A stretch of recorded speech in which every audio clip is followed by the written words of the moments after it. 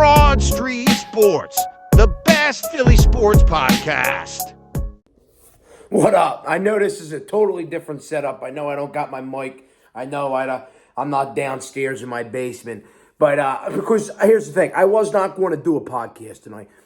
But there has some things that need to be said about this baseball team. This team plays with no fight. This team plays with no heart. They have no intensity.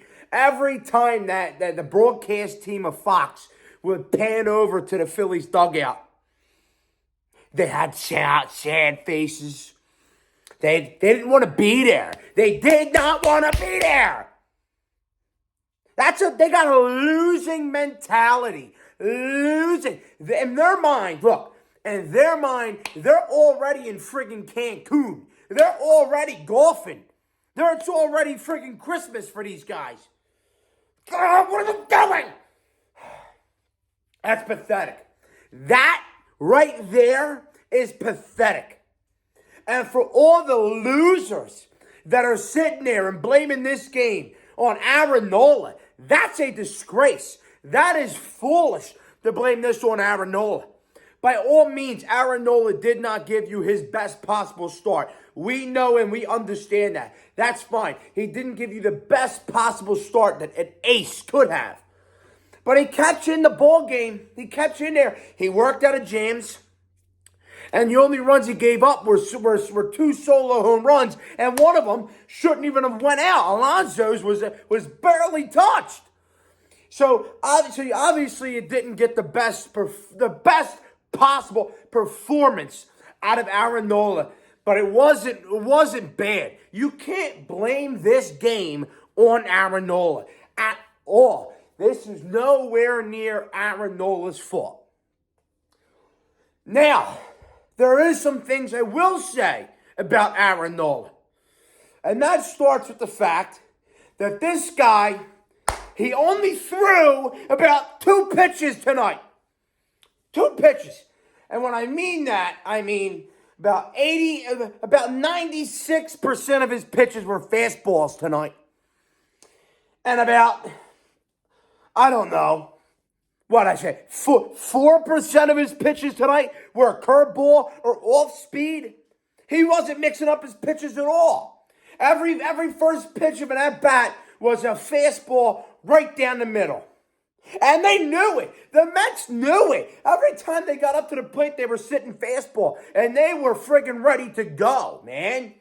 Then when Nola finally did decide to start throwing off speed and that curveball that was working well, he was starting to strike guys out. But I thought that Aaron Nola's pitch sequence sucked tonight. I think he didn't throw enough of his changeup or sinker. It was just fastball and curveball, but the whole night it was a fastball mostly.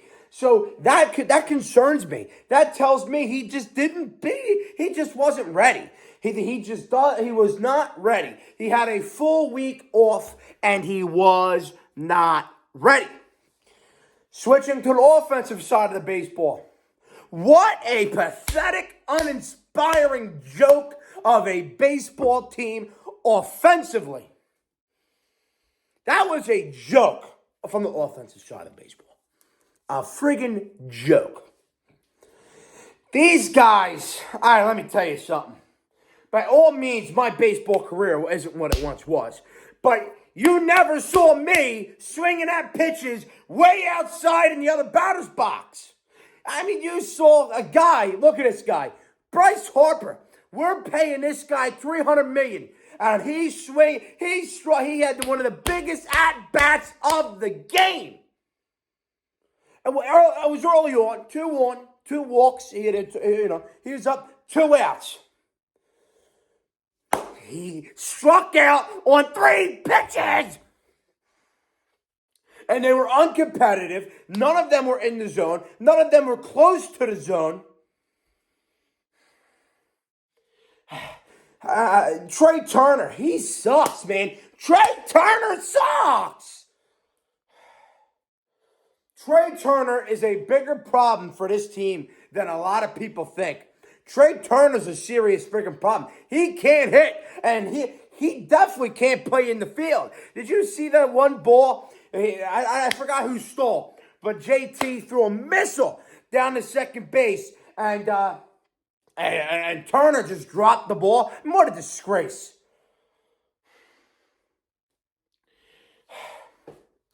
I mean, what else? I mean, I'm just freestyling right now. What else, man? I thought it was a disgrace that Sosa and Austin Hayes played. That's a disgrace. How in the hell do you not play your starting second baseman who had a huge 2 RBI triple in game 2? How do you not play him? And let me just tell you this. I understand that Brandon Marsh and Bryson Stott do not hit well against lefties. That's fine. But I'm sure as hell would think, and I sure as hell know for a fact, that them two guys would have had a better and more competitive at-bats against the lefty than Sosa and Hayes did. That was a disgrace. Sosa and Hayes suck. They suck. Sosa was missing balls left and right. They were swinging at pitches outside in the other batter's box. They suck. Austin Hayes, at one point I said he was mediocre at best. This bum isn't even mediocre. He sucks. Armando Sosa, how in the hell do you get this guy back-to-back starts? He sucks. He had like a month and a half of good baseball when Trey Turner was injured early in the year. Other than that, what has he done? It's a joke. This baseball team is a joke. What else? What else? There was a ton of shit tonight. I'm friggin' sweating. That's how friggin' pissed I am. You got, what's his name? Rob Thomson. Let me tell you something about this guy. I'm not sure if I can defend Rob Thomson anymore. And I love Rob Thomson. But I'm not sure if I can defend him anymore. His bullpen management. What in the hell is he doing? He takes Nola out. He puts Orion Kirkring in. Orion Kirkring is lost in the sauce. He puts Jose Ruiz in. And Jose Ruiz sucks, man. He sucks. He's pitched what? All 3 games of this series? And he has blown every single game he's pitched in? I thought Jose Alvarado was pretty good, and then he ran into trouble. I thought Carlos Estevez, although I say Carlos Estevez is really shaky, he ran into a little bit of a problem. But he still ultimately was our best reliever today. I don't know, man. I don't know. Rob Thompson's game management is just friggin' clueless. That bullpen sucks.